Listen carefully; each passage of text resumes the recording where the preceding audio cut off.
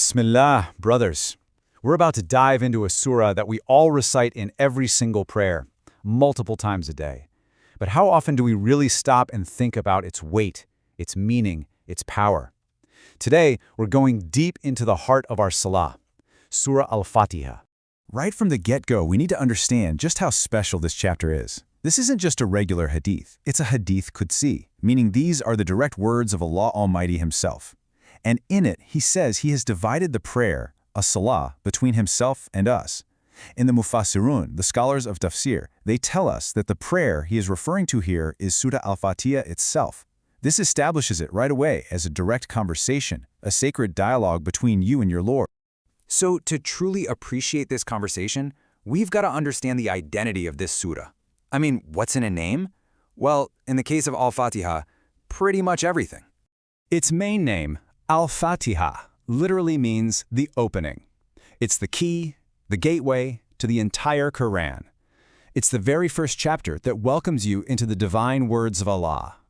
But it doesn't stop there. It has so many other powerful names. It's called Quran, the mother of the Quran, because it contains the essence of the entire book. It's known as As-Sab al-Mathani, the 7 oft-repeated verses, because, we repeat them constantly in our prayers. It's even called al-Azim, the great Quran. And subhanAllah, it's also referred to as Ash-Shifa, the cure, and Ar-Ruqyah, the remedy, which points to its incredible power for spiritual and even physical healing. So, with names that powerful, it's probably no surprise that Al-Fatiha isn't just a recommendation in our Salah. It's an absolute, non-negotiable pillar. Listen to this. The Prophet, peace and blessings be upon him, gave a ruling that is crystal clear, recorded in both Bukhari and Muslim. He said, La salata liman lam yakra bi fatihatal kitab. There is no prayer for the one who did not recite the opening of the book. It's not optional, it is the very foundation of a valid prayer. And the wording of this hadith is just so precise. The Arabic word used here is liman, which means for the one who. It's completely general. It leaves zero room for exceptions. This applies to every single person in every single prayer, whether you're praying by yourself at home or in the middle of a huge congregation. And to really hammer this point home, the Prophet, peace be upon him, described a prayer without al-Fatiha as khidaj. This word means deficient, incomplete, spoiled. And he didn't just say it once, he repeated it 3 times for maximum emphasis, a very solemn warning for all of us. Deficient, deficient, deficient. Now this brings us to a really critical, really practical question that I'm sure every single one of us has faced. What are we supposed to do when we're praying in congregation right behind an imam? We kind of face a dilemma, don't we? On one hand, the prayer is invalid without al-Fatiha. On the other hand, we're also commanded to listen quietly to the imam's recitation. So how do we navigate this? How do we solve this puzzle? Well, to resolve this, we have to look at the 2 main pieces of evidence side by side. We have the Quranic command in Surah Al-A'raf to listen and be silent when the Quran is recited, and we have the prophetic command to recite Al-Fatiha. The key here is to see how they work together in harmony, not against each other. And a pivotal incident during the Fajr prayer gives us the answer. So, some of the companions were reciting along with the Prophet, peace be upon him, and he heard them. After the prayer, he told them to stop doing that, with one crucial exception.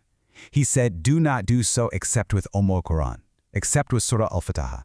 This explicitly carves out an exception just for this essential chapter.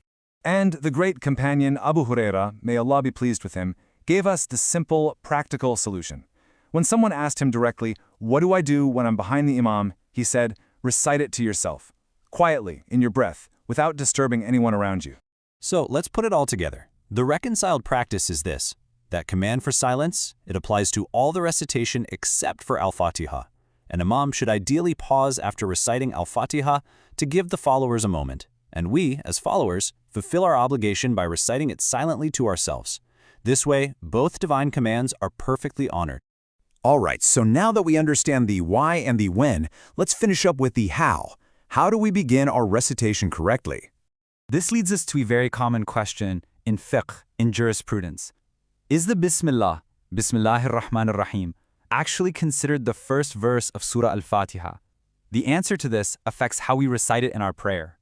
The early scholars actually had differing views on this. The scholars of Makkah and Kufa, they considered it a verse of Al-Fatiha, but the scholars of Medina, Basra, and Syria did not. And it's important to know that both of these are valid perspectives within our beautiful, rich tradition. And following from that, there are also different opinions on whether you should recite the Bismillah out loud in prayers like Fajr, Maghrib, and Isha. And while both views exist, most scholars have said that reciting it silently is better. But look, regardless of those scholarly differences, the correct way to begin any recitation of the Quran is absolutely clear and commanded. Step 1. You must seek refuge in Allah from the accursed Satan by saying, Qudhu billahi minash shaytanir rajim. And step 2, you began with the name of Allah, Bismillahir Rahmanir Rahim. So, let's just recap the absolute essentials here. Al-Fatiha is so central, it's literally called the prayer by Allah Himself. Its recitation is a pillar, a rukun of our Salah, and without it, the prayer is deficient. Yes, it has to be recited, even when you're praying behind an imam. And finally, every recitation must begin by seeking refuge and then saying the Bismillah. So I want to leave you with this to really reflect on. Knowing now that Al-Fatiha is an actual direct conversation with Allah, and knowing it's an unbreakable pillar of your prayer, how is this going to change the way you stand before Him and recite these powerful words from now on? And Allah knows best.